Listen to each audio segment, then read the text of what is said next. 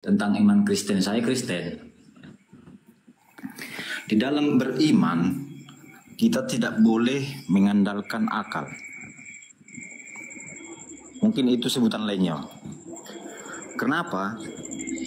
Karena kalau kita mengandalkan akal, Tuhan itu bisa melakukan banyak hal yang di luar jangkauan akal manusia. Mungkin itu kalimat yang lebih cocok untuk yang dibilang Bang siapa tadi, Kepas ya? Iya. Kita tidak bisa mengandalkan akal. Kenapa? Banyak hal yang bisa dilakukan Tuhan yang di luar jangkauan akal manusia.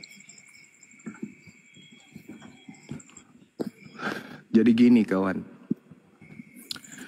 ketika Anda mengatakan tidak bisa mengandalkan akal, berarti itu sama halnya Anda memfitnah Tuhan yang telah menciptakan manusia sebagai pemimpin di atas muka bumi. Karena dengan akal kemudian manusia justru bisa mengenal Tuhannya. Kalau orang mati akal tak akan pernah bisa mengenal Tuhan. Makanya banyak yang menyembah pantat sapi, banyak yang menyembah kemudian kulkas, ada yang menyembah kain horden. Kenapa? Karena mereka tidak menggunakan akal. Akal ini adalah cahaya yang mencerahkan. Akal menjadi garis pembeda antara makhluk kita dengan makhluk yang lain. Manusia yang berakal mengembangkan beragam konsep.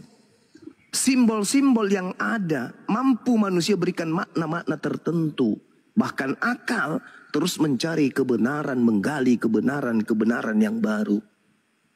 Jadi akal ini dititipkan oleh Tuhan sebagai cahaya yang mencerahkan, yang menjadikan garis pembeda. Akal adalah makhluk materi Tuhan yang tertanam dalam materi fisik tubuh manusia. Iya, betul. Untuk apa? Ya, untuk mencari Tuhan. Akal itu. Akal kita pakai untuk mencari Tuhan. Jadi kalau ada Tuhan yang ditemukan tanpa melalui proses akal, itu bukan Tuhan. Percaya sama saya. Oke. Makanya Yesus titip pesan di Matius 22 itu, kasih Tuhan dengan akal. Itu saudara. Aku yakin abang ini udah banyak baca Alkitab ya. Mungkin abang dengar, abang udah pernah baca itu, carilah dahulu kerajaan Allah, maka semuanya itu akan ditambahkan padamu, katanya. Betul itu dalil, betul itu masuk akal itu. Makanya kalau menurut saya, kita tidak bisa mengandalkan akal gini bang. Macam abang bilang tadi, mata, telinga, itu semua terhubung ke akal kita. Betul? Ya. Tapi ada kuasa Tuhan yang bisa kita buktikan yang di luar akal. Contoh bang, gravitasi bumi. Ada nggak?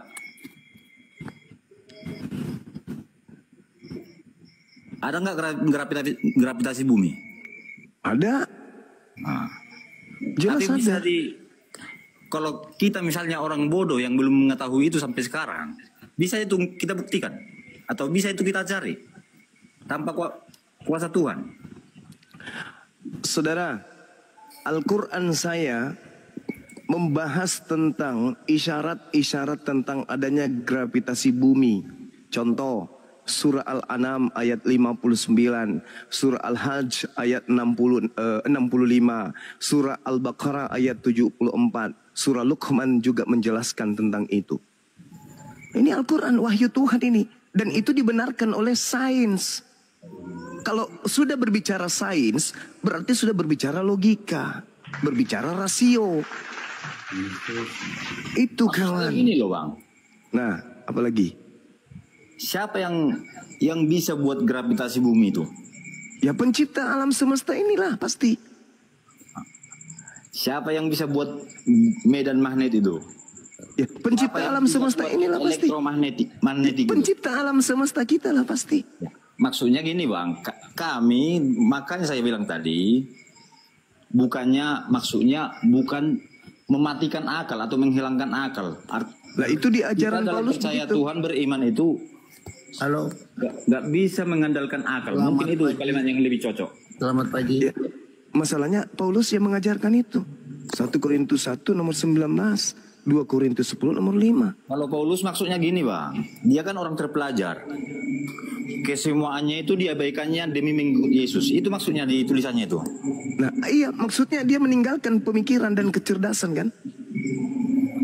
Halo, Artinya bagi Paulus itu lebih berharga keselamatan jiwanya daripada semua yang didapatkannya di bumi. Itu. Bagaimana mungkin bisa sampai kepada keselamatan kalau akal nggak berfungsi?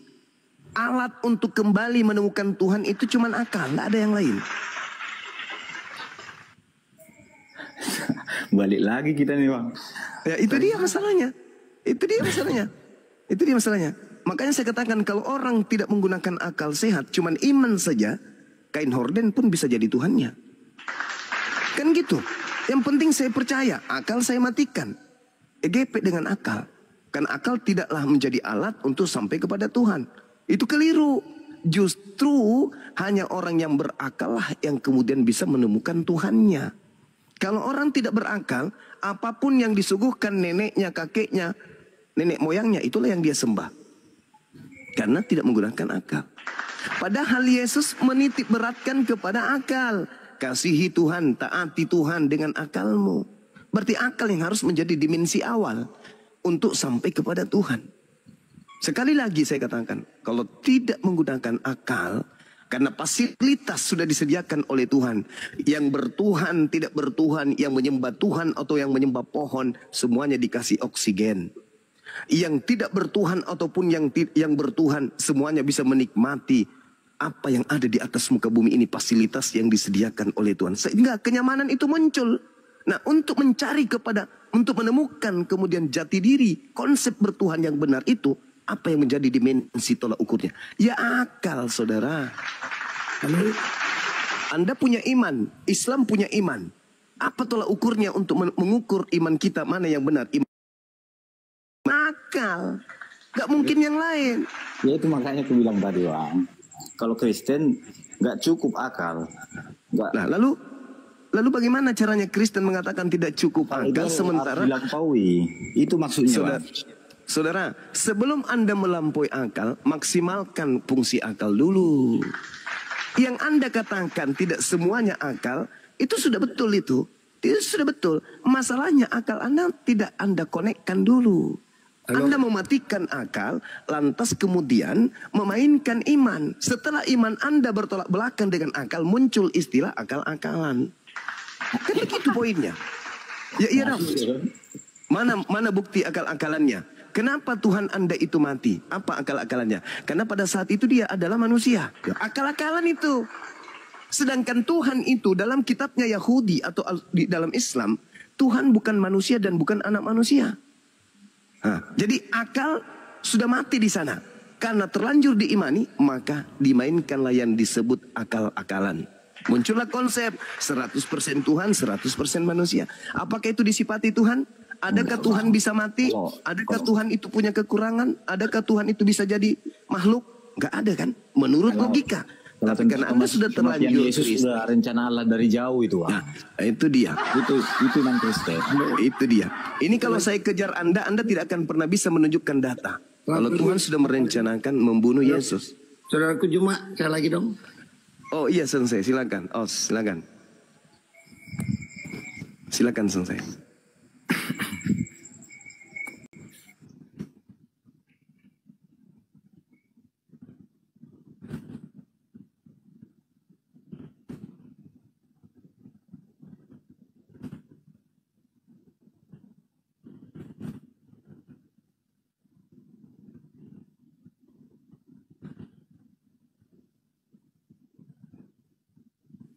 Mute-nya dibuka bang, mute-nya, mute.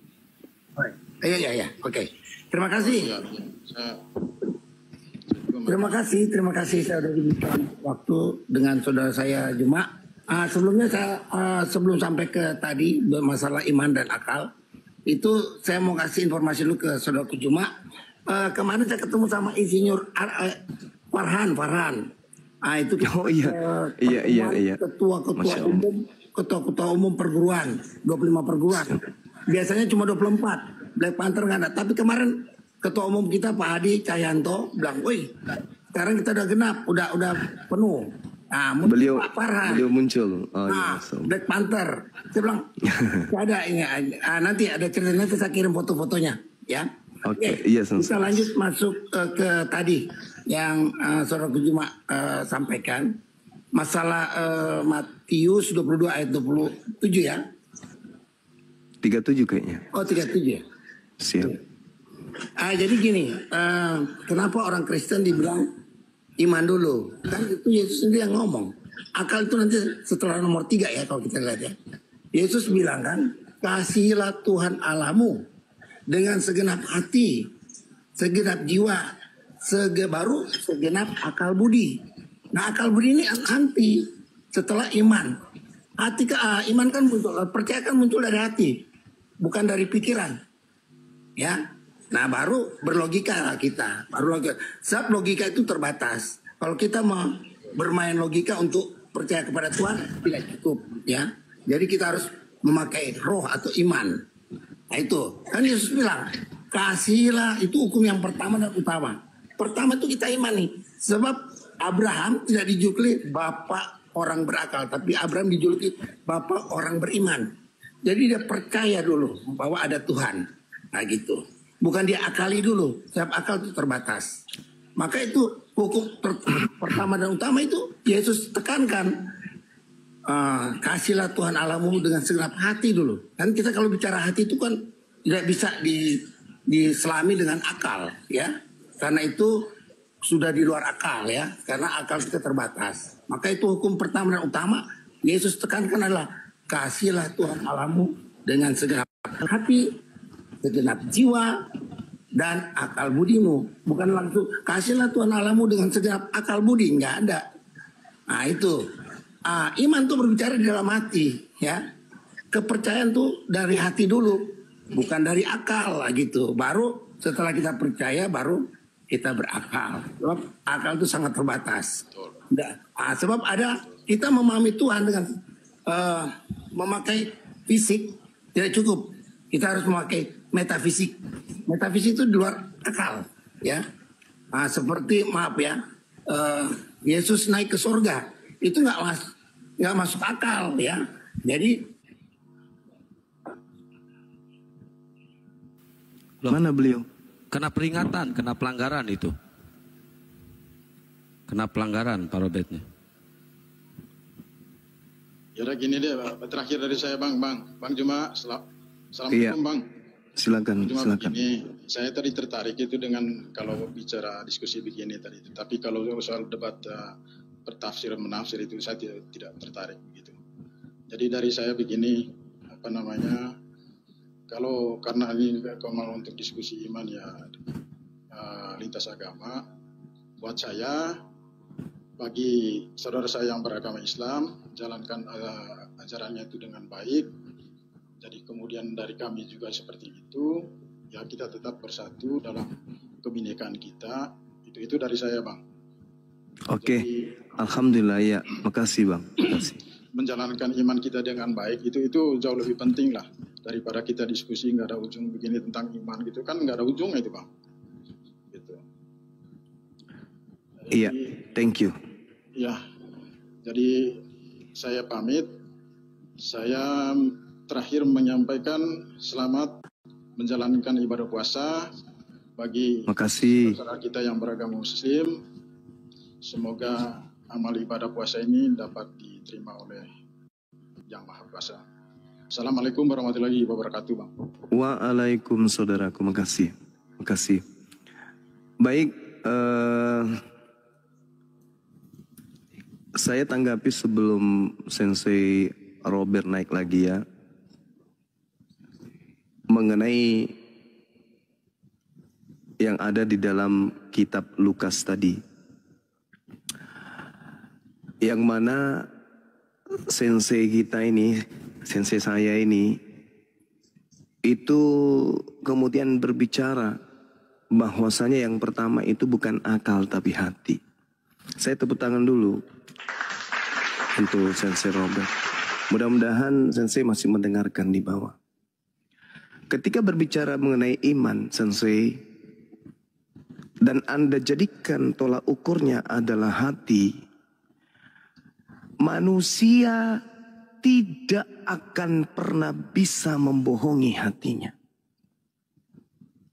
Bagaimana mungkin kemudian Anda mengasihi Tuhan dengan hati, dengan mendudukkan kemurnian kalbu ini sebagai tolak ukur kebenaran, ketika Tuhan itu Anda imani menjadi bayi? Apakah hati Anda bisa menerima itu? Pasti tidak. Makanya Al-Quran sangat menitik beratkan kebenaran itu terhadap hati. Ya ayyuhalladzina amanu taqullah wa qulu qawlan sadida. Wahai orang-orang yang beriman, bertakwalah kamu kepada Allah dan ucapkanlah perkataan yang benar. Ucapan itu landasan hati. Ketika hati ini berbicara, maka apa yang terlontar keluar itu adalah sebuah kebenaran. Bagaimana mungkin Anda ingin mengasihi Tuhan, sedangkan Anda memiliki sembahan seorang bayi, dan itu tidak masuk di dalam hati Anda. Hati Anda akan menolaknya. Dalam hati Anda, ini tidak mungkin Tuhan. Tapi karena sudah terdoktrin, terdogma, hati Anda kemudian buta. Inilah yang dikatakan Al-Quran, summum bukmun umyum fahum la yarji'un. Hati Anda buta. Jadi jangan kemudian Anda mengatakan akal memang belakangan, yang pertama itu adalah iman. Oh tidak, hati itu berbeda dengan iman, Sensei. Hati dan iman itu berbeda. Itu adalah dua komponen yang berbeda, dua entitas yang berbeda. Mereka memiliki makam-makam, kedudukan-kedudukan, stasiun-stasiun yang berbeda, dan punya tempat-tempat yang berbeda pula. Jangan Anda satukan antara hati dengan iman. Iman yang betul adalah iman yang tidak bertolak belakang dengan hati. Itu bagaimana Anda bisa mengatakan hati itu adalah iman? Enggak, beda. Beda. Antara iman dan hati itu beda. Kalau iman salah, hati menolak. Makanya Al-Quran mengatakan, liyu'azziballahul munafiqina wal munafiqat wal musyrikina wal musyrikat wa yatuballahu alal mu'minina wal mu'minat wa kana Allahu ghafurar rahima. Al-Quran saya menerangkan itu. Sehingga Allah akan mengasap orang-orang munafik. Kenapa Allah mengasap orang munafik? Karena lisannya, perbuatannya tertolak oleh hatinya sendiri. Ini kita belum berbicara mengenai akal loh. Baru hati. Sensei sudah salah di situ. Maaf, saya bukan mau mengajari. Kalau di bela diri, Sensei lebih tinggi dari saya itu pasti. Tapi kalau dalam hal kebenaran, mohon maaf, ya kita harus duduk bersanding. Dan kemudian kita ukur esensi kebenaran yang kita tuangkan melalui lisan kita. Biar orang yang menilai. Hati ini nggak bisa dibohongi, Sensei. Bagaimana mungkin kemudian hati Anda bisa membuka diri? Membuka ketika dikatakan Tuhan datang dalam rupa bayi imut. Lalu hati Anda mengatakan, oh itu betul. Oh itu adalah kemunafikan. Ini yang hati-hati di Islam. Makanya Islam itu dikatakan sebagai jalan keselamatan rahmatan lil alamin, karena seluruh komponen yang ada unsur keislamannya, tolak ukurnya itu hati, dan kebenaran itu wahyu dengan penggarisan akal. Tidak bisa tidak, gak boleh ditawar-tawar itu. Makanya kalau ada hati ucapan tidak bersamaan, Allah mengancam orang-orang itu. Liyu'azziballahul munafiqina wal munafiqat wal musyrikina wal musyrikat wa yatuballahu alal mu'minina wal mu'minat wa kana Allahu ghafurar rahima. Sehingga Allah akan mengasap orang-orang munafik laki-laki dan perempuan, dan orang-orang musyrik laki-laki dan perempuan, dan Allah akan menerima tobat orang-orang mukmin laki-laki dan perempuan, dan Allah Maha Pengampun lagi Maha Penyayang. Kenapa dia disebut munafik kemudian? Karena hatinya dia bohongi. Jadi tolak ukur iman itu berbeda ketika Anda mengatakan kasihilah Tuhan dengan hati. Beda iman dengan hati, sensei. Mohon hormat ini, salam hormat dari saya ini muridmu. Tidak bisa kemudian sensei mendudukkan bahwa iman itu hati. Oh no, salah. Salah itu. Hati itu cahaya, kalbu. Yang mana kalbu ini memiliki ritme ketukan yang bersumber dari akal. Begitu juga akal akan mendeteksi ritme hati untuk bekerja kemudian menghasilkan manifestasi kebenaran dan menghasilkan manifestasi kesalahan. Tidak abu-abu. Salah yang salah, benar yang benar. Jadi tidak bisa Anda mengatakan bahwa hati itu adalah iman. Enggak.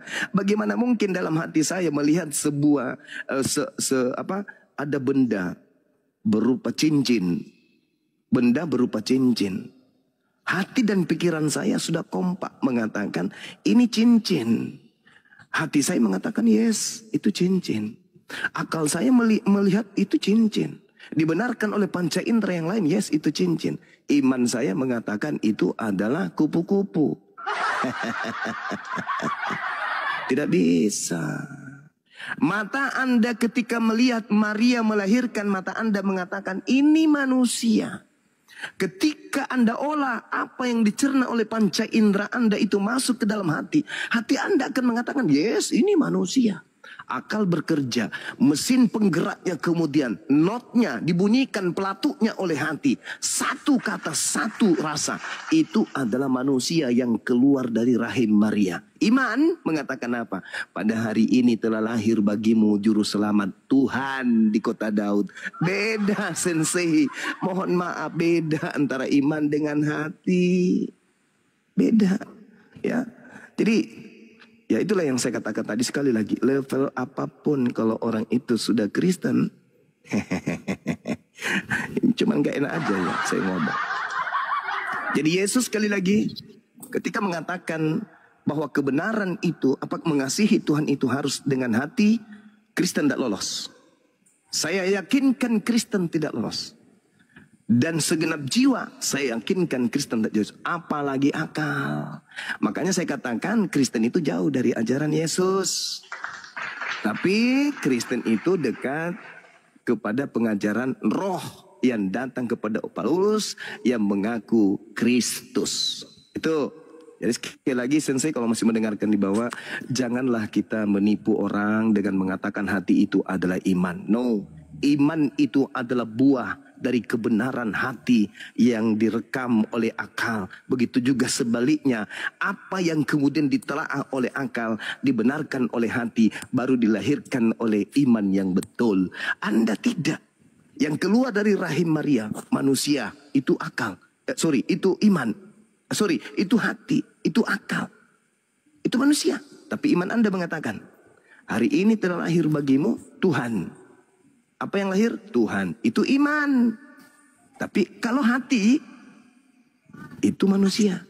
Nah, ketika kemudian Anda dengan iman Anda mengatakan yang lahir itu adalah Tuhan di kota Daud, hati Anda pasti memar. Hati Anda pasti menghitam. Hati Anda pasti membiru. Maka tertolak belakang antara hati Anda dengan iman Anda. Makanya Al-Quran saya mengatakan, ulaika hum syarrul bariyah. Kalian adalah seburuk-buruknya makhluk. Dikasih hati, dikasih akal. Tetapi tidak difungsikan dengan baik. Mohon maaf nih, mohon maaf. Itu fakta real. Ketika saudara sensei saya mengatakan, yang pertama pernyataan Matius 22 nomor 37 di situ adalah segenap hatimu. Lantas sensei mengatakan itu adalah iman. No. Iman berbeda dengan hati. Iman itu buah dari kerja hati. Ketika iman tidak sesuai dengan hati kita, maka muncul kemunafikan, kebohongan. Makanya Al-Quran mengatakan sebenarnya mereka itu tahu. Mereka paham, mereka ngerti. Tapi mereka mencoba untuk menipu Allah, menipu orang-orang beriman. Padahal sebenarnya mereka menipu diri sendiri. Masuk nggak di dalam hati sensei? Ketika dikatakan Tuhan menjadi anak bayi, masuk gak dalam hatinya? Menerima nggak kalbu Anda tuh? Enggak. Hati Anda nggak masuk. Ketika Anda sudah jatuh kepada penyembahan kepada manusia bernama Yesus, hati Anda tertidur. Hati Anda kemudian Hati Anda tertidur. Itulah yang katakan Al-Quran. Summum bukmun umyum fahum la yarji'un. Hatinya buta. Tak melihat hati Anda itu. Nah, jadi hati dengan iman, sensei mohon maaf, itu berbeda. Tetapi terkait. Berbeda tapi terkait. Iman yang betul masuk hati. Masuk dalam hati. Sesuai dengan apa yang dalam hati. Tapi iman yang tidak sesuai dengan dalam hati, itu adalah iman yang semu. Makanya dikatakan di dalam kitab saudara sendiri, iman tanpa perbuatan adalah buta. Betul. Tetapi iman tanpa akal adalah gila. Saya kira begitu saudara-saudara. Silakan.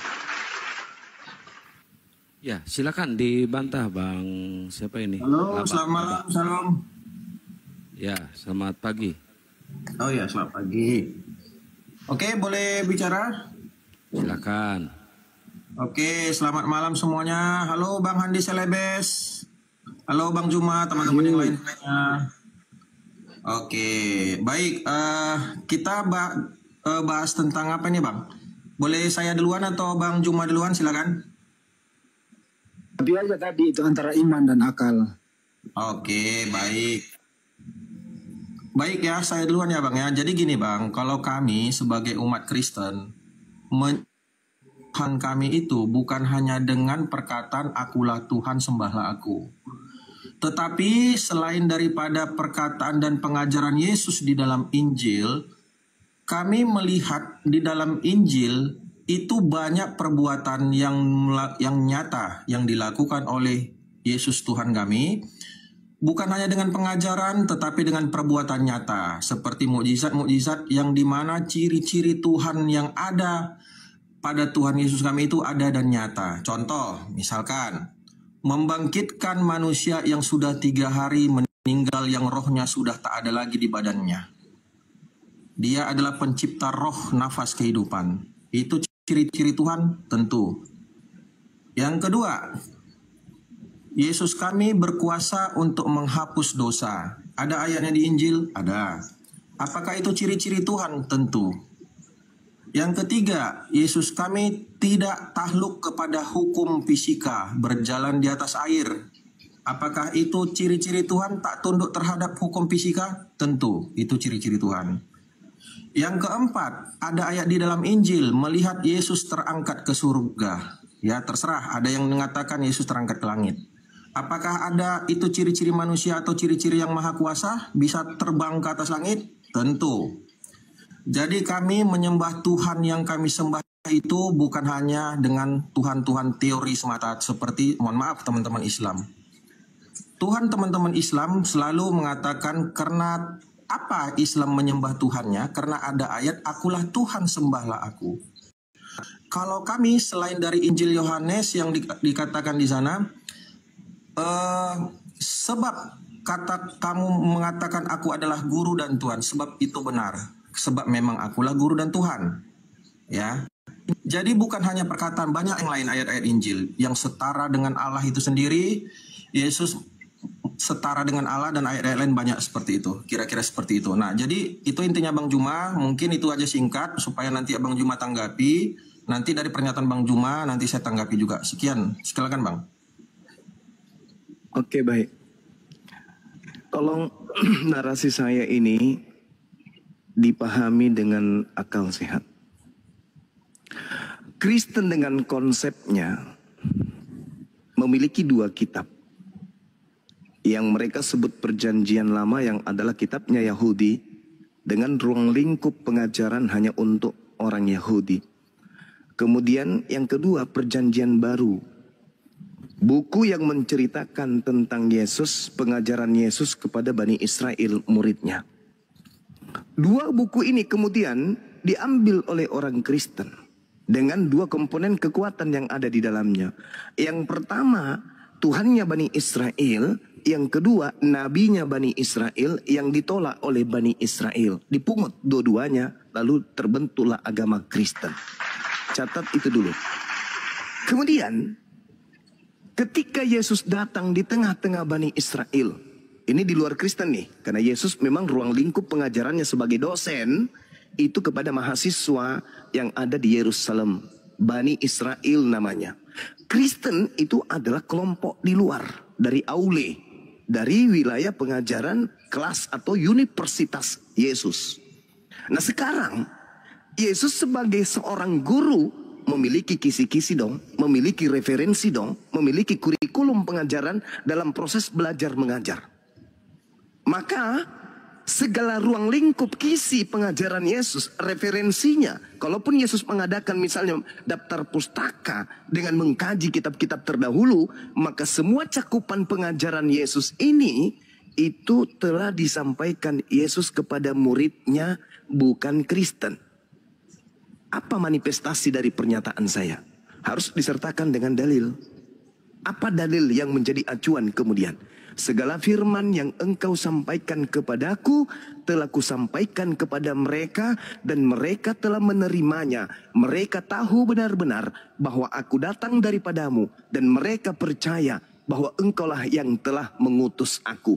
Pertanyaan saya kemudian, apakah murid-murid ini ketika menerima segala firman ini keliru mereka? Karena mereka tidak menganggap Yesus Tuhan selayaknya Kristen.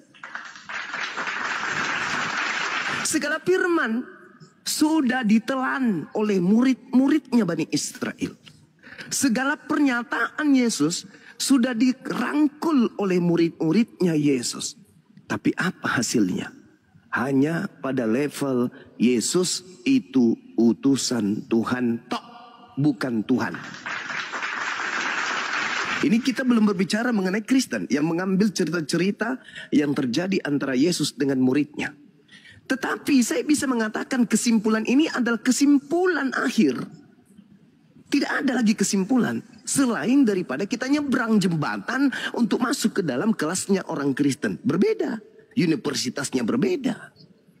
Nah, untuk itulah kemudian apapun dalil yang Anda jadikan, Yohanes 13 nomor 13, Yohanes 16 nomor Yohanes 14 nomor 6, Yohanes 3 nomor 16 atau bla bla bla bla dan seterusnya, itu macemen, itu hanya Anda cocokologi dan itu hanya Anda mencomot-comot perkataan-perkataan saja. Sedangkan Yesus dengan lisannya mengatakan, segalanya telah aku sampaikan, aku mengatakan dan apa yang aku perbuat semuanya sudah kuberikan kepada murid-muridku dan mereka hanya percaya pada level tertinggi. Aku adalah utusan Tuhan. Itu yang pertama. Ini murid-muridnya Yesus. Kesimpulannya mendudukkan sang guru hanya Rasul Allah, Rasulullah. Naik level kita. Bagaimana dengan Yesus tentang dirinya? Nah, Anda tadi menyinggung. Bagaimana kami tidak menuhankan dia, bro? Dia jalan di atas air. Ingat, ketika dia jalan di atas air, murid-muridnya hanya mengiranya sebagai hantu. Apalagi membangkitkan orang mati. Itu yang membuat Anda menuhankan orang yang diutus sebagai yang justru sang murid-muridnya dengan mukjizat-mukjizatnya ini hanya menganggapnya sebagai utusan Tuhan. Anda kelompok luar dari kelas luar yang diajarkan kemudian bukan langsung Yesus. Justru mendudukkan kacamata Anda menilainya dengan Tuhan. Nilai penilaian sebagai Tuhan. Nih saya kasih data. Yohanes 5 nomor 36. Coba Anda teliti lagi nanti setelah ini. Ada kesaksianku. Yesus berkata, ada kesaksianku yang lebih penting dari kesaksian Yohanes Pembaptis. Yohanes Pembaptis loh. Siapa yang percaya kepada Yohanes Pembaptis, meskipun dia pemungut cukai dan wanita pesundal, karena percaya kepada Yohanes Pembaptis, kata Yesus, dia lebih dulu masuk surga. Bayangkan. Tapi tak ada artinya, kata Yesus. Tak ada artinya. Ada kesaksianku yang lebih penting dari kesaksian Yohanes Pembaptis. Bahwa semua mukjizat-mukjizat yang aku lakukan, mukjizat itulah yang aku lakukan sekarang. Dan mukjizat itu yang bersaksi bahwa Bapa yang telah mengutus aku. Subhanallah. Yesus mempersaksikan firman-firman, perkataan-perkataan yang diucapkan semuanya telah diserahkan ke muridnya. Dan muridnya kemudian menyimpulkan, oh guru kita ini benar-benar Rasulullah. Yesus kemudian mempersaksikan segala mukjizat, membangkitkan orang mati, membuat air menjadi anggur, orang buta melihat, orang lumpuh kemudian berjalan, orang botak nyisir, orang buta ngintip. Semua yang dilakukan oleh Yesus ternyata semuanya itu hanya untuk supaya menguatkan kesaksiannya kalau dia itu adalah Rasulullah. Selesai, final. 1 hari, 2 hari, 3 hari, 1 bulan, 4 bulan, 3 tahun, 5 tahun, 10 tahun, 40 tahun. Muncullah sang Kristen. Ia mengambil kemudian ajaran Yesus, lalu melantik Yesus dengan pengajarannya itu dengan embel-embel Tuhan. Kenapa demikian? Karena sebenarnya yang Anda sembah itu bukan anaknya Maria, tetapi Yesus Kristus yang keluar dari kubur, yang bukan manusia yang datang kepada Yesus. Silakan. Oke, makasih waktunya Bang Juma. Oke, Silakan. baik ya, saya tanggapin yang disampaikan Bang Juma ya. Oke. Jadi teman-teman ya, kalau kita merujuk kepada imannya Kristen, sebenarnya gini teman-teman ya. Kami sebagai orang Kristen itu meyakini yang dinamakan Allah Tritunggal. Jadi kalau teman-teman mengatakan bahwasanya orang Kristen Tuhannya 3, sebenarnya itu adalah perkataan orang sesat namanya. Karena di dalam Alkitab juga ada tertulis ayatnya Tuhan yang Esa. Jadi Tuhan orang Kristen itu bukan 3, Esa. Tentunya kata Esa ini juga ada di dalam Al-Quran, ya. Di mana ada perkataan Esa dalam Al-Quran itu banyak. Salah satunya adalah penggunaan kata kami, ya. Penggunaan kata kami, kalau kita ketahui secara Kamus Bahasa Indonesia KBBI, kami itu lebih dari 1. Tetapi ketika kita bertanya dan menjadi pertanyaan besar, mengapa ayat di Al-Quran menggunakan kata kami? Tentunya saya sudah bolak-balik, saya ada 600 jam saya live, selalu teman-teman Islam mengatakan bahwa kami di situ adalah Allah dan para malaikatnya, yaitu Jibril. Tetapi ketika saya kaitkan dengan penciptaan, maka kami menciptakan manusia. Saya tanya, berarti yang menciptakan manusia adalah Allahmu dan Jibril? Bingung, 1000 kali bingung.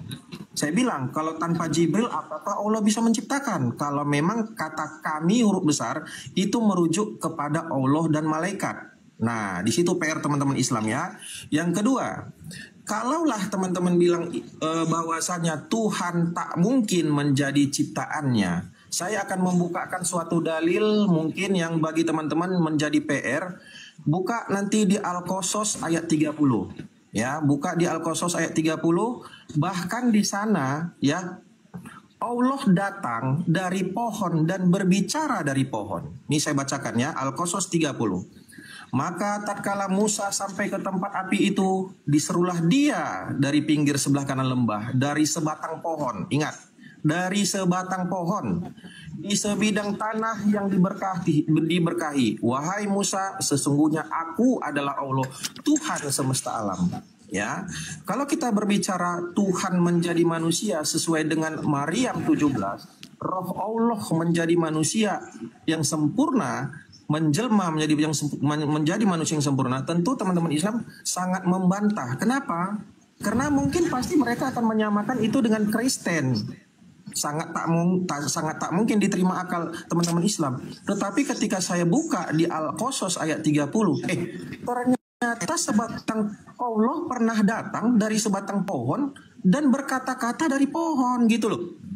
Jadi di mana kita pakai logiknya kami selihin Allah adalah la isa kami selihin yang dikatakan teman-teman Islam. Nah, itu satu.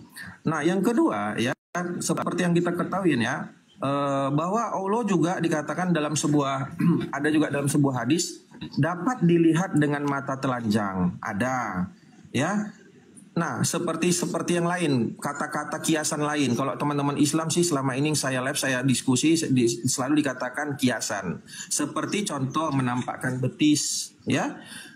Yang lalu yang meletakkan kakinya satu di neraka, terus tangan kanannya dua-duanya tangan kanan.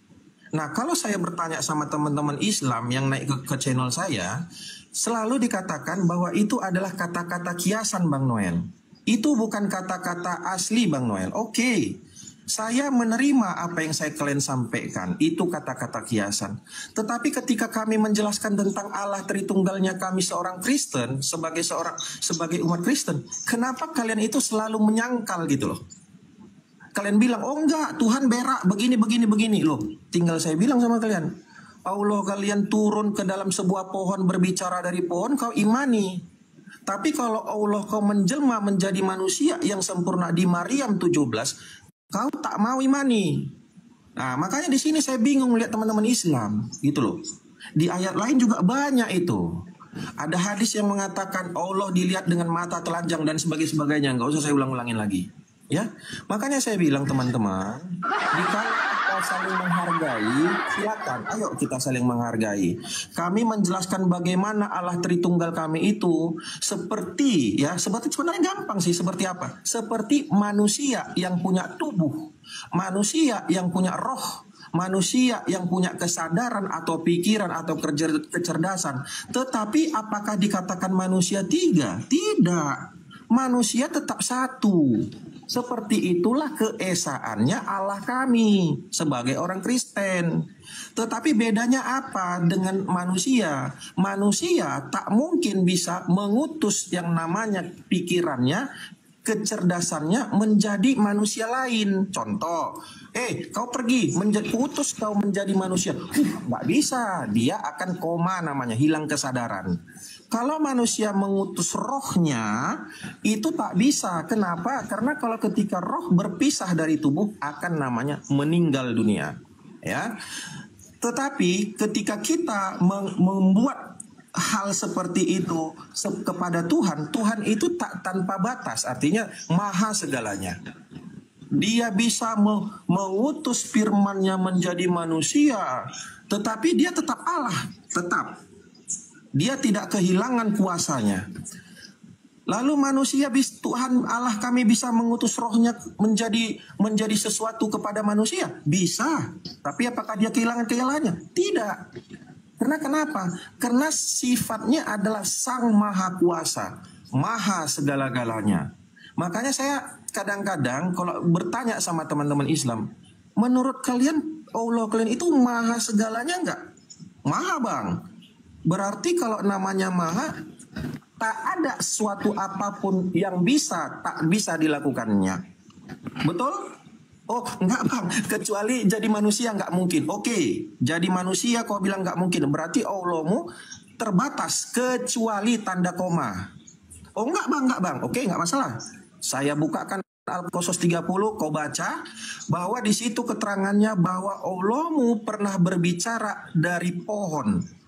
Terus mau gimana? Kalau nggak percaya buka Al-Qasas 30. Ngapain diketawain gitu loh? Silakan buka. Allah berbicara dari pohon. Dan nanti teman-teman PR satu lagi buka surat At-Taha ayat 14. Ya. At-Taha ayat 14 di sana dikatakan kata Tuhan yang kepada Allah itu T huruf kecil, bukan T huruf besar.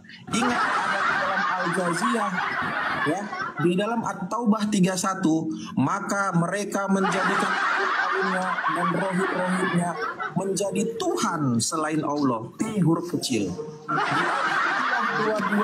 Jangan ketawa, Bang. Janganlah ketawa. Ini nggak menghargai lah. Anda jualan obat terlalu panjang. Juga dikatakan di sana. Di sini orang waras di sini, Bang. Iya. Sorry. Terlalu sadar dong.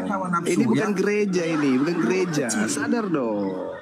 Jadi gini, coba duduk dulu yang rapi, biar saya waraskan Anda ya.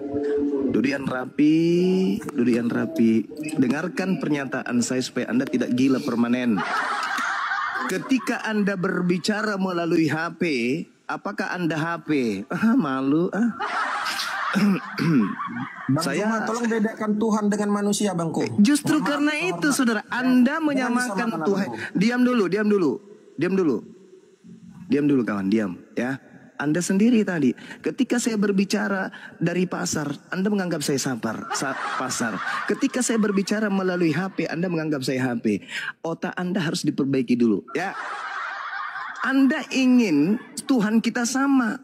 Tuhan kami satu, Tuhan Anda tiga. Tidak bisa Anda mengatakan Tuhan Anda satu. Tidak bisa. Ketika Tuhan Anda mati, apakah Tuhan habis bagi Anda? Enggak, masih ada di surga. Berarti ada Tuhan lain kan? Nah, di mana datanya Tuhan Anda itu tiga? Ada dalilnya, Cak Ayu. Jadi jangan kau jualan obat di sini. Untung saya tidak muntah tadi. Di dalam kitab saudara, 1 Yohanes 5 nomor 7. Sebab ada 3. Sudah disebut 3 di situ kawan. Sebab ada 3. Sebab ada 3.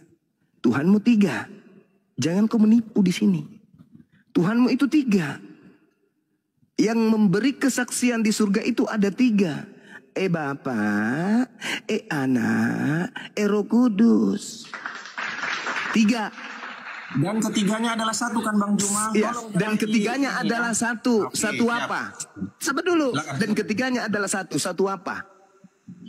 1 seperti 1 Timotius 2 ayat 5. Allah Oke, itu Esa. Oke, sekarang saya tanya kepada saudara, mana jasadnya anak Maria? Jasad anak Maria, dia bukan seperti manusia seperti kamu. Mulai Bang Juma. ngaco, mulai ngaco kan? Kamu Mulai kan ngaco. anak Maria. Mana jasadnya anak Maria? Bang Juma. Kalau dia, diam dulu. Enggak. Mana Iya, jasadnya anak Maria kalau Anda mengatakan Tuhan Anda satu? Itu yang pertama. Jelas 3 di situ. Anda saja menjadi Kristen, jadi Anda akal-akalan. Di dalam 1 Timotius 6 nomor 16, dialah satu-satunya yang tidak tersentuh oleh kematian. Masuk nggak Tuhan Yesusmu di situ? Nggak masuk. Bersemayam dalam terang yang tak terhampiri. Masuk nggak Tuhan Yesusmu di situ? Nggak masuk lagi. Seorang pun tidak pernah melihat dia. Masuk nggak Tuhan Yesus itu? Nggak masuk juga. Dan memang tidak ada manusia yang dapat melihat dia. Masuk nggak Yesus itu? Nggak masuk juga.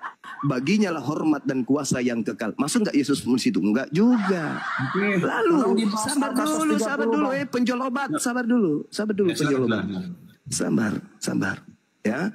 Ketika Anda mencoba untuk mentafsirkan Al-Quran tanpa ilmu, sedangkan Bibelmu sendiri Anda tafsirkan membabi buta. Saya ingin tanya kepada saudara, apakah Tuhannya Yahudi itu kemudian bisa mati? Udah? Ya. Silakan. Sedangkan ketika Anda berbicara mengenai Tuhannya umat Islam, wa ma arsalna min qablika mir rasulin illa nuhi ilahi annahu la ilaha illa ana. Tuhan mengatakan dengan kata kami. Kami itu bahasa Indonesia. Al-Quran diwahyukan dalam bahasa Arab. Kata nahnu itu tunggal bagi orang Arab, tergantung konteks. Jadi Anda tidak bisa kemudian mentafsirkan Al-Quran dengan terjemahan. Karena ilmu tafsir bukan ilmu terjemah. Berbeda kawan. Sedangkan ketika pencipta langit dan bumi, Allah meminta untuk disembah, dia tidak pernah mengatakan dirinya, sembahlah kami. Carikan saya dalilnya. Enggak ada. Kenapa dia mengatakan kami? Ketika Anda mengatakan kami menciptakan. Betul, Allah pada saat menciptakan, Allah melibatkan makhluknya yang lain. Ketika Allah menciptakan, kemudian Anda melibatkan orang tua Anda. Itu bentuk keagungan. Tetapi sumber satu-satunya adalah Allah. Ketika kemudian Allah mengatakan, aku menciptakan alam semesta, Allah melibatkan makhluknya. Itu betul. Tetapi sumber satu-satunya adalah Allah. Ketika kemudian Anda mengatakan kaki Allah itu di neraka, ingat saudara, Allah laisa kamitslihi syai'. Allah tidak serupa dengan makhluk. Untuk menggambarkan kemudian kekuasaan Allah, Allah mengkiaskan seperti itu. Tetapi Anda punya wajah, monyet punya wajah, bukan berarti Anda dan monyet itu sama-sama wajahnya, tapi mungkin saja mirip. Jangan seperti itu. Tuhan pencipta langit dan bumi itu laisa kamitslihi syai', tidak serupa dengan apapun. Pahami itu dulu. Pahami itu dulu. Jadi jangan jualan obat di depan saya. Nah sekarang kita berbicara mengenai konsep Tuhan nih. Tuhan satu. Terciduk Tuhanmu 3. Bahkan itu masih bagus saya katakan 3. Tuhanmu itu sebenarnya banyak. Tuhanmu itu roh-roh. Di dalam kitab Wahyu 5 nomor 6. Tuhanmu bertanduk 7 bermata 7. Dan dikatakan 7 roh Tuhan Anda. Bukan karena ada penyembah roh. Roh-roh itu banyak kan?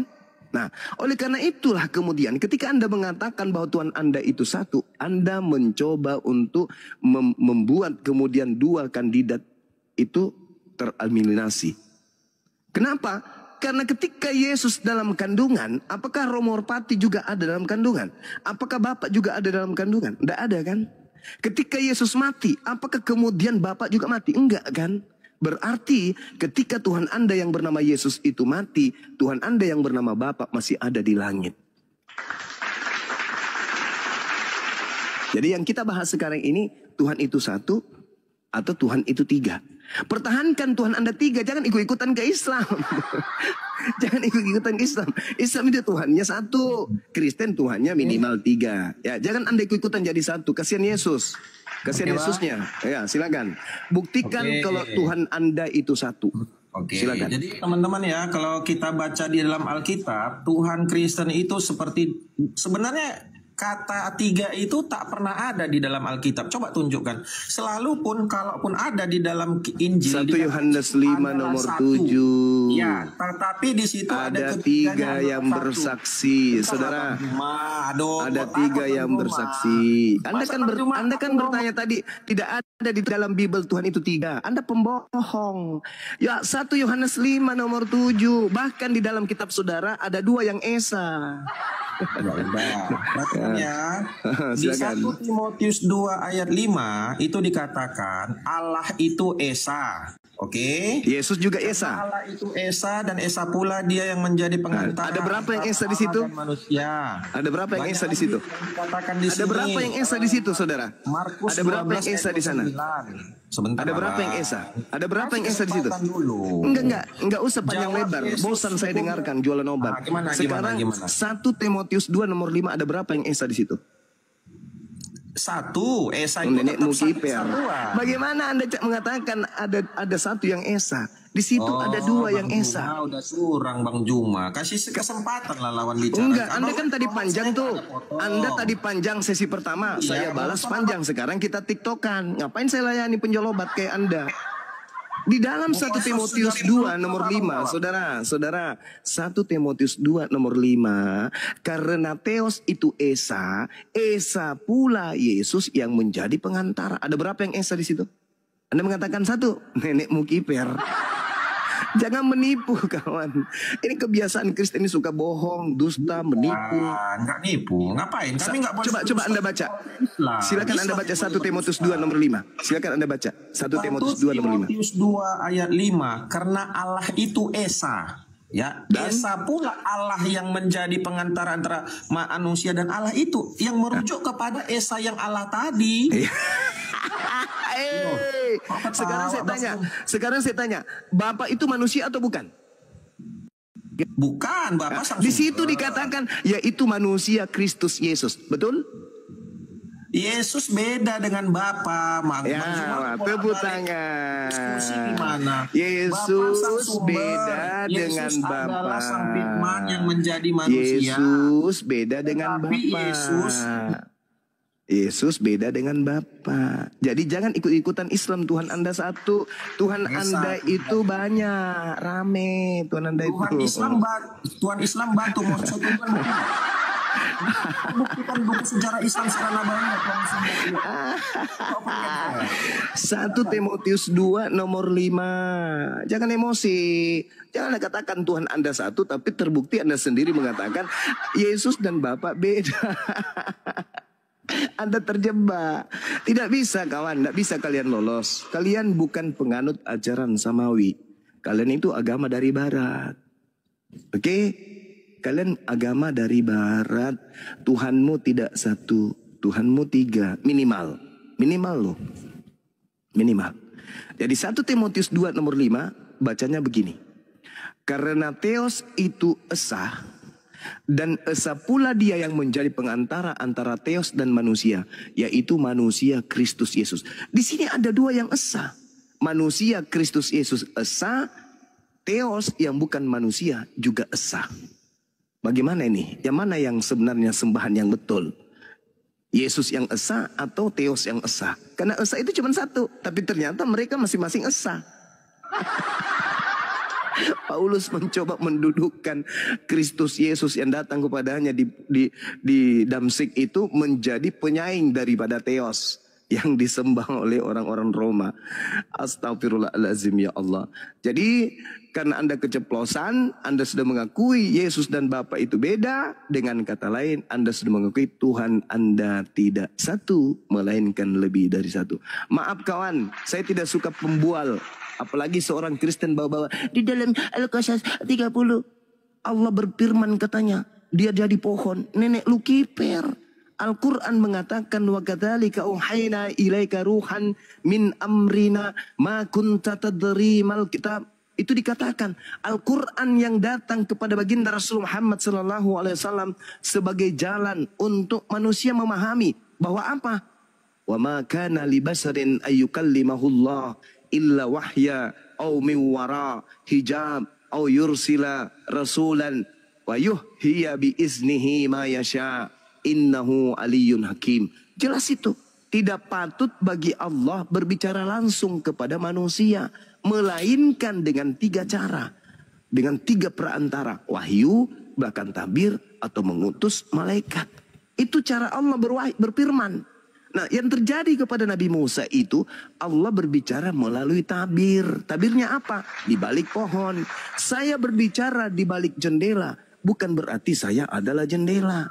Kamu berbicara melalui HP, bukan berarti kamu adalah HP.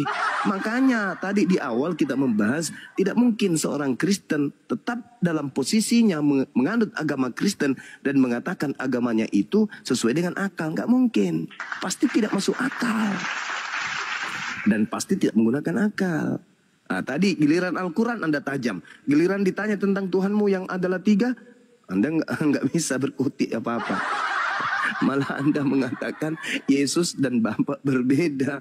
Tetapi Yesus dan Bapa berbeda, dua-duanya esa. Gimana dong? Ada Tuhan, dua-duanya esa. Kira-kira gini penjelasannya Bang. Mungkin abang udah punya istri? Ada. Nah, misal gini Bang. Abang pergi keluar rumah. Yes. Abang ini kan Bang Juma. Iya. Misal abang di luar rumah lah, nelpon abang ke orang rumah. Iya. Mak, nanti pulang sekolah anak-anak kasih makan ya. Iya. Terus istrinya jawab iya. Terus anak-anak pulang sekolah itu dikasih makan sama istri. Yang diikuti istri di situ siapa? Suami. Iya kan, bukan HP kan yang diikuti kan? Ya betul. Itulah. Kira-kira begitulah firman Tuhan itu. Kira-kira begitulah Yesus. Firman Tuhan bisa jadi Yesus, firman kita bisa jadi chat. Yang Yesus keluar dari... berarti HP ini bukan suami tadi kan? HP itu bukan suami. Ah, bagus. Bagus, dengarkan. Tapi Yesus itu HP, Yesus itu HP. Tuhan itu sang suami tadi. Memang betul. Coba Anda baca Yohanes. Itu Bang. Justru yang diikuti istri tadi siapa? Bang Juma. Suami. Ya. Tapi Kristen mengikuti HP. Itu Kristen yang diikuti. Enggak. Sorry. Jangan tipu saya. Tuhan. Yang Anda ikuti adalah HP. Loh? Kok jadi terbalik Bang? Lah, bagaimana ceritanya nih? Anda tadi menduduk. Yang diikuti Juma. Gitulah. Yang diikuti. Yesus berkata apa, saudara? Aku tidak berkata-kata dari diriku sendiri. Apa yang aku sampaikan adalah apa yang diperintahkan. Begitu juga HP. Ketika saya mengatakan, hai, tidak mungkin di HP Anda bunyi. Ya. Gak mungkin kan? Tapi kenapa kemudian Anda menjadikan HP itu sebagai Bang Zuma? Padahal HP itu hanya menyuarakan apa yang Bang Zuma ucapkan. Aku tidak berkata-kata dari diriku, kata HP. Tapi Anda menganggap ketika Yesus berkata bla bla bla bla bla, Anda menganggap dia Tuhan. Yang kamu ikuti itu Tuhan. Loh, kenapa kemudian Yesus yang Anda sembah kalau itu? Yesus itu siapa itu? Ya, dia HP. Firman Tuhan bisa jadi Yesus, firman manusia bisa jadi HP.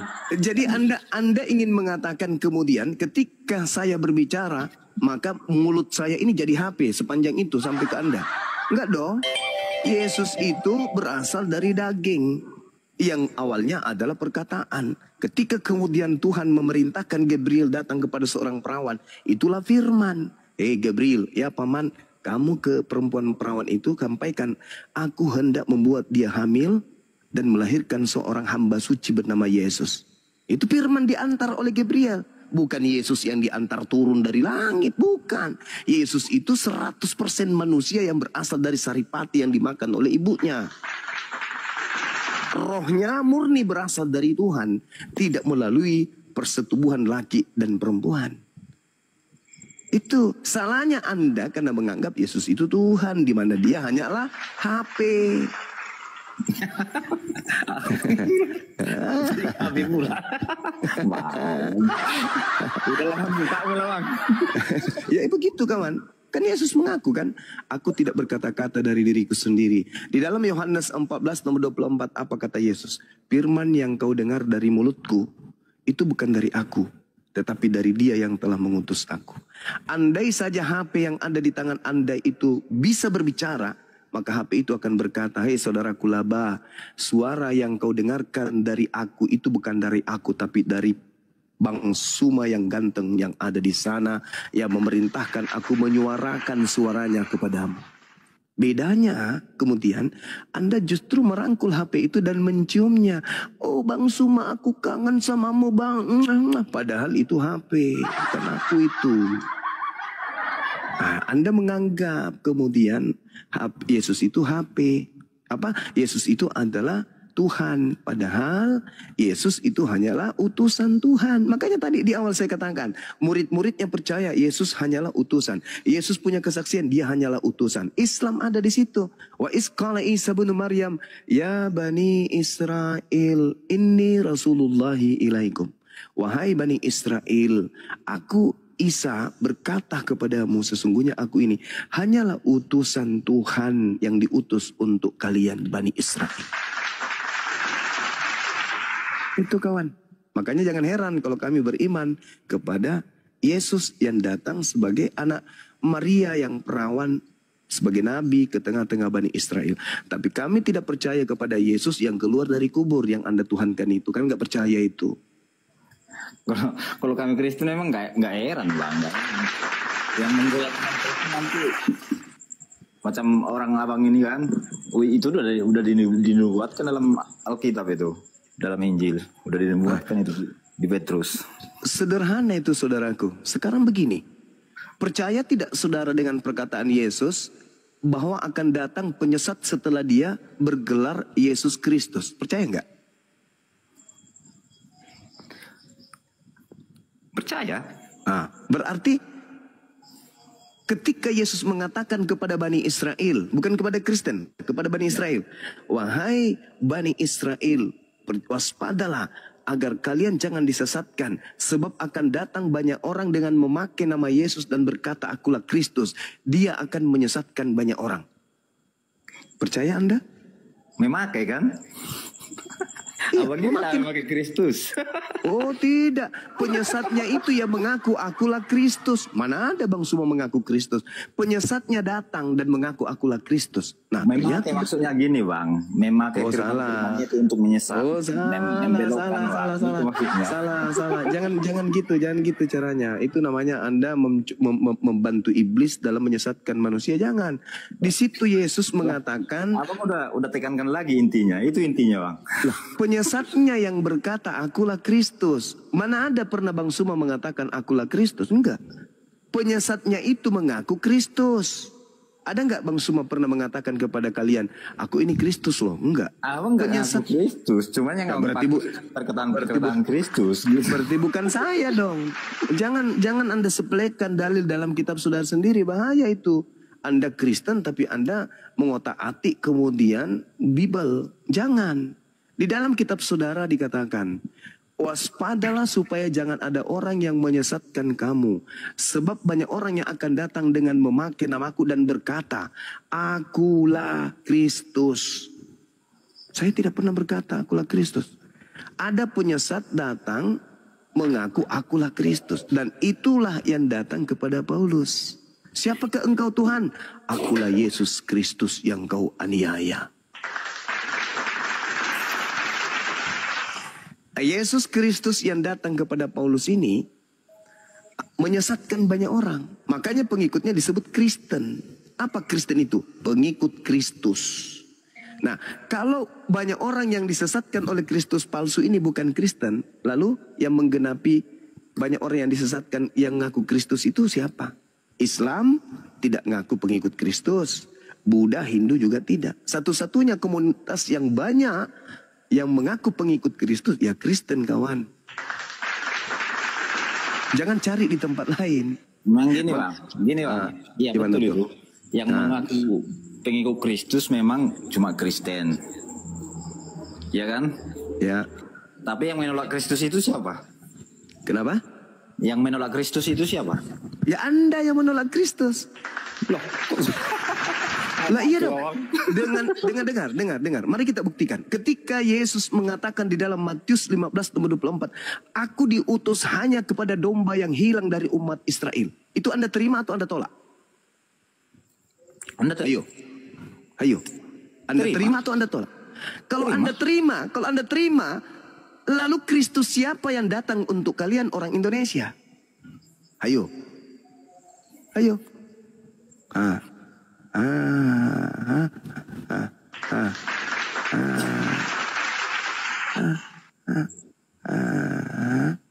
Itu dulu tadi Bang, yang saya tanya itu. Kalau Anda menerima dan tidak menolak Yesus, Anda akan menjadi Muslim. Karena Yesus berkata, aku diutus hanya kepada domba yang hilang dari umat Israel. Kami sebagai Muslim, kami terima itu. Oh, Anda untuk Bani Israel. Oke, silakan. Kami terima. Anda terima nggak? Buktinya abang sering ngolok-ngolok Yesus. Coba, kasih bukti kalau saya pernah mengolok Yesus. Kasih bukti. Ayo, kasih bukti. Aku sering dengar ceramah abang di Koma. Ya, coba buktikan. Satu aja saya mengolok Yesus. Mungkin teman-teman di bawah banyak itu yang sering dengar. Silakan yang di bawah tulis di mana saya mengolok Yesus. Silakan. Saya akan pertanggungjawabkan. Silakan.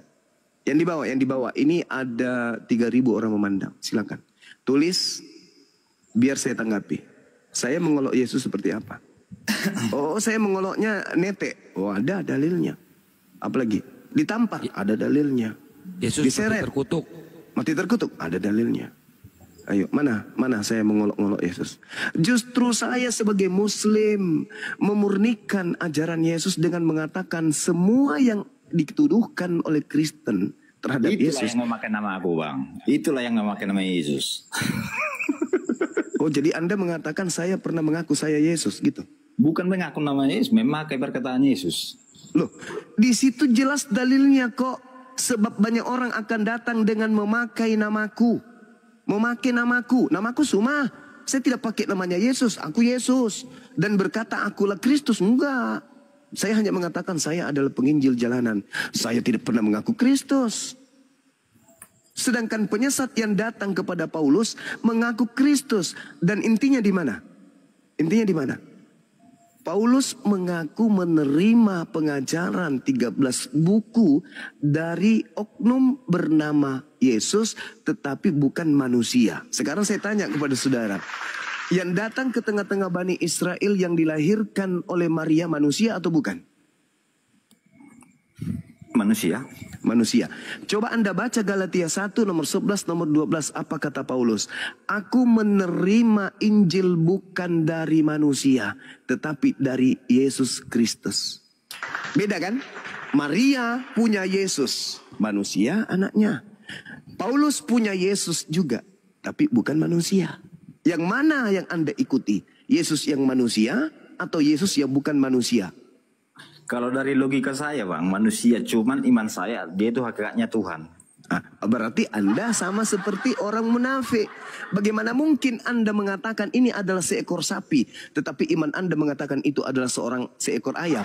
Munafik namanya. Makanya di dalam 2 Yohanes 1 nomor 7, siapakah pembohong itu? Siapakah penyesat itu? Bukankah dia yang pergi ke seluruh dunia yang tidak mengakui Yesus itu datang sebagai manusia? Itulah penyesatnya, itulah antikristusnya. Sekarang kalau saya tanya, apakah Yesus itu manusia? Anda mengatakan manusia. Saya ikuti Anda ke gereja, saya intip dari luar, ternyata Anda menyembah Yesus.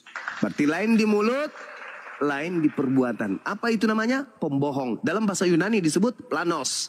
2 Yohanes 1 nomor 7. Siapakah pembohong itu? Siapakah penyesat itu? Bukankah dia yang pergi ke seluruh dunia, yang tidak mengaku Yesus datang sebagai manusia? Tanya Paulus. Paulus, ya paman, yang datang kepadamu siapa? Yesus. Manusia atau bukan? Paulus mengatakan bukan. Berarti penyesatnya adalah dia yang tidak mengaku Yesus datang sebagai manusia. Baca Galatia 1 nomor 11 nomor 12 kawan. Yang mengajarkan kepada aku adalah bukan manusia. Bukan manusia yang mengajarkan Injil kepadaku, tetapi pernyataan Yesus Kristus. Berarti dia mengakui bahwa Yesus Kristus bukan manusia. Penyesat adalah yang pergi ke seluruh dunia, yang tidak mengaku Yesus datang sebagai manusia. Siapa dia? Paulus. Siapa mengikutnya? Kristen. Silakan direnungkan kawan. Anda mau terima atau tidak terima? Ya saya tidak punya hak untuk itu. Saya cuma punya kewajiban untuk menyampaikan kebenaran di mana Al-Quran mengatakan wa isqalallahu ya Isa bin Maryam a'anta qulta linnas takhizuni, wahai Isa putra Maryam, apakah engkau yang mengajarkan orang-orang ini menuhankan dirimu selain daripada aku? Nabi Isa berkata, qala subhanaka ma yakunu li an aqula ma laysa li bihaqq. Maha suci engkau ya Allah, aku tidak pernah mengatakan sesuatu yang bukan hakku untuk aku katakan. Yesus menerangkan itu di dalam Yohanes 12 nomor 49 nomor 50. Aku tidak berkata-kata dari diriku sendiri. Apa yang aku katakan, apa yang aku sampaikan adalah apa yang diperintahkan oleh Bapa untuk aku katakan, aku sampaikan. Aku menyampaikan apa? Makul tulahum illama amartani bi ani abdullah rabbi wa rabbakum. Wahai Maria, jangan kau sentuh aku, tapi pergilah kepada saudara-saudaraku, katakan kepada mereka, aku akan pergi kepada ilahku dan ilahmu, Tuhanku dan Tuhanmu. Makul tulahum illama amartani bi ani abdullah rabbi wa rabbakum. Makanya dikatakan pada endingnya kehidupan kita kelak, apa kata Al-Quran? Wa idza husiran nasu kanu lahum a'da wa kanu lahum bi ibadatihim kafirin. Apa yang mereka sembah selain daripada Allah, kelak yang disembah itu akan menjadi musuhnya. Dan pemujaan-pemujaan yang ia lakukan ketika hidup di dunia akan diingkari oleh yang dia sembah. Coba Anda baca Matius 7 nomor 22 nomor 23. Apa kata Yesus? Pada hari terakhir nanti banyak orang yang berseru kepadaku, Tuhan Yesus, Tuhan Yesus, bukankah kami telah bernubuat, mengusir setan, bermujizat pakai namamu? Pada saat itulah aku Yesus akan berterus terang kepada mereka, enyahlah daripadaku, kalian semua adalah pembuat kejahatan. Betul itu Bang. Ya itu dia makanya. Berarti Al-Quran saya betul. Apa yang mereka sembah selain dari itu gini Bang. Nah, gimana tuh? Banyak orang Kristen itu mengaku Kristen, tapi nggak dijalankan apa yang dijalankan Yesus. Lalu bagaimana dia bisa bermukjizat? Bagaimana dia bisa mengusir setan kalau dia tidak mentaati ajaran gereja? Kuasa Apa? Tuhan itu kan Kuasa dalam Tuhan. menyebarkan Injil bagi penyebar Injil, macam-macam kuasa yang dikasih Bang. Ada kuasa kesembuhan. Berarti Tuhan memberikan dan meridai, mereka menyembuhkan orang sakit, mengusir setan. Berarti Tuhan meridai. Kenapa diusir sama Yesus? Betul Bang, gini. Kenapa diusir? Kenapa diusir? Gini Bang. Ya, Tuhan silakan. tahu nggak itu Yudas Iskariot bakal mengkhianatinya? Tahu nggak? Tahu pasti. Tapi dipakai. Malah dinubuatkan. Tapi dipakainya kan jadi muridnya kan? Kira-kira begitulah. Loh, sekarang ketika ada orang yang bermukjizat mengusir setan, tentu imannya sudah tinggi kan dalam konsep Kristen, betul? Sampai Anda percaya kepada Andi Simon, Anda percaya kepada Rusuli Lubis yang dia sendiri tidak bisa bermukjizat menumbuhkan rambutnya sendiri. Rusuli Lubis botak, konsepnya tidak bisa sembuh, tidak bisa tumbuh. Tapi kalau dia gagah-gagahan, dia sembuhkan orang botak sendiri, jidatnya nggak tumbuh, rambutnya nggak bisa nobati dia. Gimana dong? Yesus mengusir Bang orang yang bermukjizat pakai namanya, mengusir setan pakai namanya. Yesus mengusirnya dengan mengatakan, enyahlah daripadaku, aku tidak mengenal kalian. Kenapa? Karena yang mereka gunakan adalah Yesus Kristus yang palsu, yang telah memberikan mukjizat kepada mereka. Gini Bang. Itu kawan. Barometer tingginya iman Kristen itu bukan dari kuasa yang diberikan kepadanya, Bang. Tapi Barometer tingginya iman Kristen itu bagaimana seseorang itu bisa mempertahankan, mengakui Yesus, tidak menyangkal Yesus yang sudah mati di kayu salib sebagai penembus dosa sampai akhir hayatnya. Itu barometernya, Bang. Bukan kuasa kesembuhan. Ya, terserah. Bukan itu. Terserah yang pasti Yesus kepada orang yang bermujizat, mengusir setan, bernubuat, tentu sudah masuk dalam poin-poin tadi. Tidak menyangkal Yesus mati untuk mereka. Itu udah pasti tuh. Tidak mungkin kemudian bisa sampai itu kalau dia menyangkal Yesus. Jadi semuanya masuk ke dalam keadaan itu. Orang yang bermujizat, orang yang mengusir setan, orang yang bernubuat, semuanya percaya dan tidak menyangkal Yesus Kristus mati di atas salib demi dosa-dosa mereka. Tapi kenapa diusir? Karena sebenarnya mereka itu menyembah Kristus palsu. Bukan, Yesus yang asli. Loh, kok bukan itu pula? belum tentu bisa bertahan sampai akhir itu. Belum tentu. Kok belum tentu, kawan? Bukankah kami mengusir setan? Itu sudah di alam barzah, itu sudah kebangkitan tuh. Bukankah kami mengusir setan, bernubuat, bermukjizat pakai namamu? Yesus mengatakan apa? Aku tidak mengenal kalian. Penyahlah daripadaku, kalian semua adalah pembuat kejahatan. Nah, kenapa bisa kayak begitu? Gini, Bang, kemurnian pelayanan seorang pelayan itu harus dipertimbangkan Tuhan di akhirat. Apakah dia melayani gara-gara uang? Kan gitu. Allahu Akbar, Masya Allah. Itu. Bukan di situ poinnya, kawan. Kalau yang bermukjizat, mengusir setan, bernubuat saja sudah diusir oleh Yesus, apalagi jemaat biasa. Bukan itu poinnya.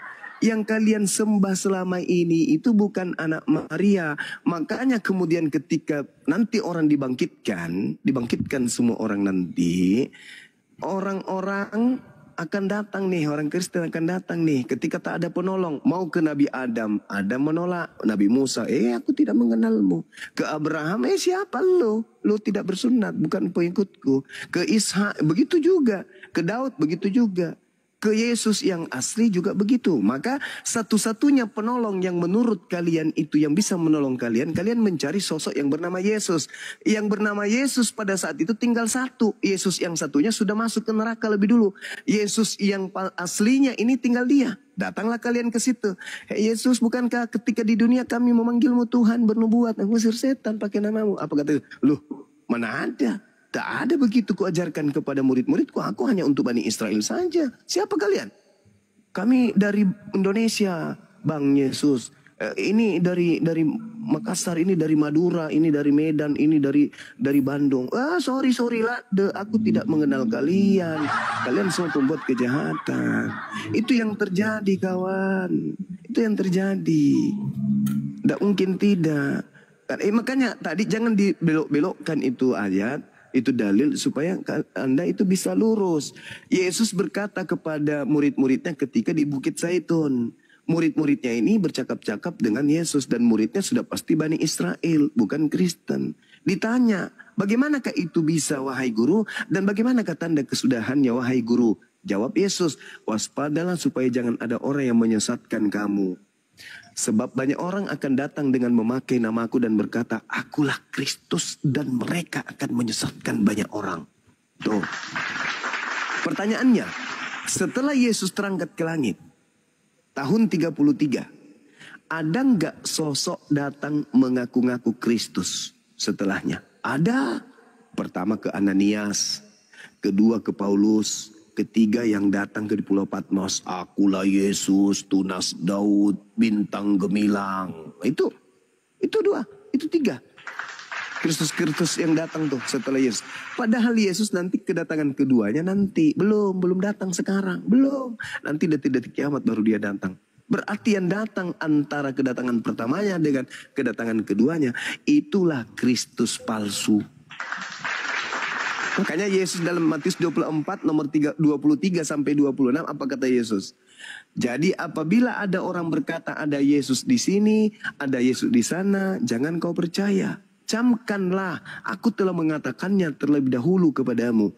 Apabila ada orang berkata ada Yesus di padang gurun, ada Yesus di dalam bilik, Jangan kau percaya, sebab Kristus palsu dan nabi-nabi palsu akan menyesatkan orang-orang pilihan juga, dan dia bisa melakukan mukjizat-mukjizat dan menyesatkan orang-orang pilihan juga. Camkanlah, aku telah mengatakannya.